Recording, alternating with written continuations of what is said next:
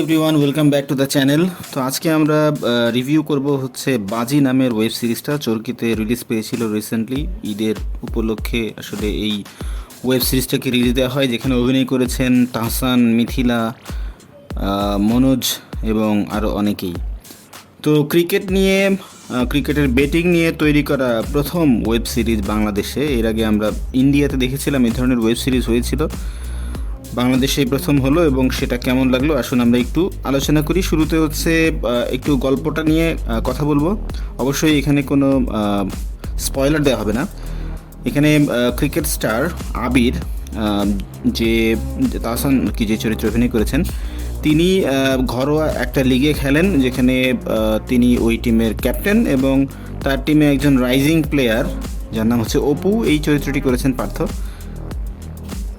অপু একটা ম্যাচে খুব ভালো খেলেন, সেঞ্চুরি করে হারা ম্যাচ জিতিয়ে দেন। তো ওই ম্যাচ খেলার পর স্বভাবতই তাকে নিয়ে অনেক উৎসাহ উদ্দীপনা শুরু হয় এবং খুশিতে তিনি নিজেকে আর ওভাবে সামলাতে পারেননি। তিনি চলে যান তার বাসায়, তার মার সাথে দেখা করতে। বাসায় গিয়ে ওই রাত থেকে তিনি আবার পরদিন সকালে প্র্যাকটিস সেশনে তার বড় ভাইকে নেট ব্যবহার করতে দেন আর কি, বাজি ধরে।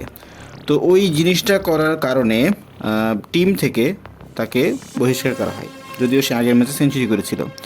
একটা ডিসিপ্লিনারি অ্যাকশনের কারণে তার এই পরিস্থিতিতে পড়তে হয়, যে কারণে সে খুবই ফ্রাস্ট্রেটেড হয়ে পড়ে। যে কোনো কারণেই হোক, পরের দিন ওই রাত পার হওয়ার পরে পরের দিন সকালে দেখা যায় অপুর লাশ পড়ে আছে তার হোটেল রুমে। এখন এই যে মানে মৃত্যু কিভাবে হলো, কেন হলো, কে করলো, সে কি সুইসাইড করেছে নাকি তাকে মার্ডার করা হয়েছে, এই জিনিসটা জানতে হলে আপনাকে সিরিজটা দেখতে হবে। তো এই সিরিজে আমরা অনেকগুলো ক্যারেক্টারকেই পেয়েছি। লিডিং ক্যারেক্টারে আমরা তো অলরেডি বললাম তাহসান ছিলেন, যিনি খুবই ভালো কাজ করেছেন।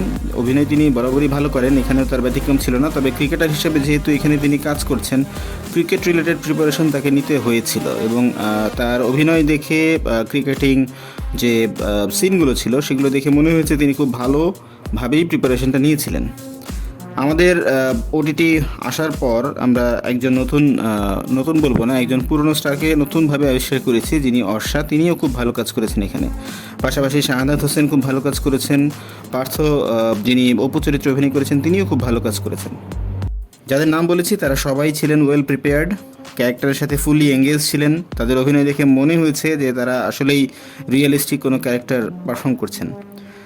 আন্ডার পারফর্ম লেগেছে মনোজ প্রামাণিককে, এছাড়া মিথিলা এবং আমাদের এই সিরিজে টিম ওনার ছিলেন একজন আবরার খান নামে একজন অ্যাক্টর।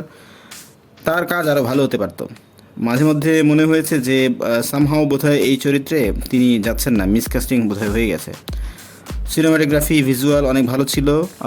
ক্রিকেট নিয়ে প্রথম কাজ, তারপরও ভালো ছিল। এবং এর সাথে সাথে music, background music, sound tracking চলনসই।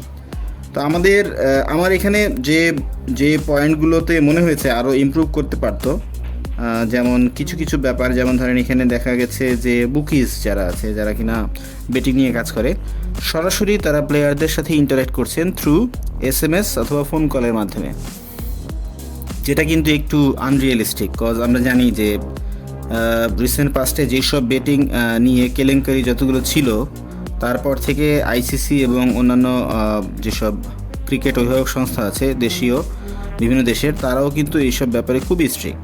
এবং ফোনের মাধ্যমে যোগাযোগ করা, এটা তো এখনকার দিনে ফোন রেকর্ড হয়ে যায়, ফোন কল রেকর্ড হয়ে যায়, তাই না? সো এটা আসলে রিয়েলিস্টিক মনে হয় নাই। এখানে হয়তো আর ডিফারেন্ট ওয়েতে এটা দেখানো যেতে পারতো। তো ওভারঅল এটা ভালো ছিল, অ্যাবভ অ্যাভারেজ একটা ওয়েব সিরিজ। আপনি দেখতে পারেন, আপনার ভালো লাগবে বলে আশা করি। ধন্যবাদ পরিচালক আরিফুর রহমানকে এরকম একটা সিরিজ উপহার দেওয়ার জন্য। সো আপনি যদি দেখে থাকেন এই সিরিজ, আপনার কেমন লেগেছে আমাদের কমেন্ট সেকশনে জানাতে পারেন। আর যদি নতুন হয়ে থাকেন আমাদের চ্যানেলে বা ফেসবুক পেজে, তাহলে আপনি অবশ্যই সাবস্ক্রাইব করবেন বা ফলো দিয়ে যাবেন। Thank you.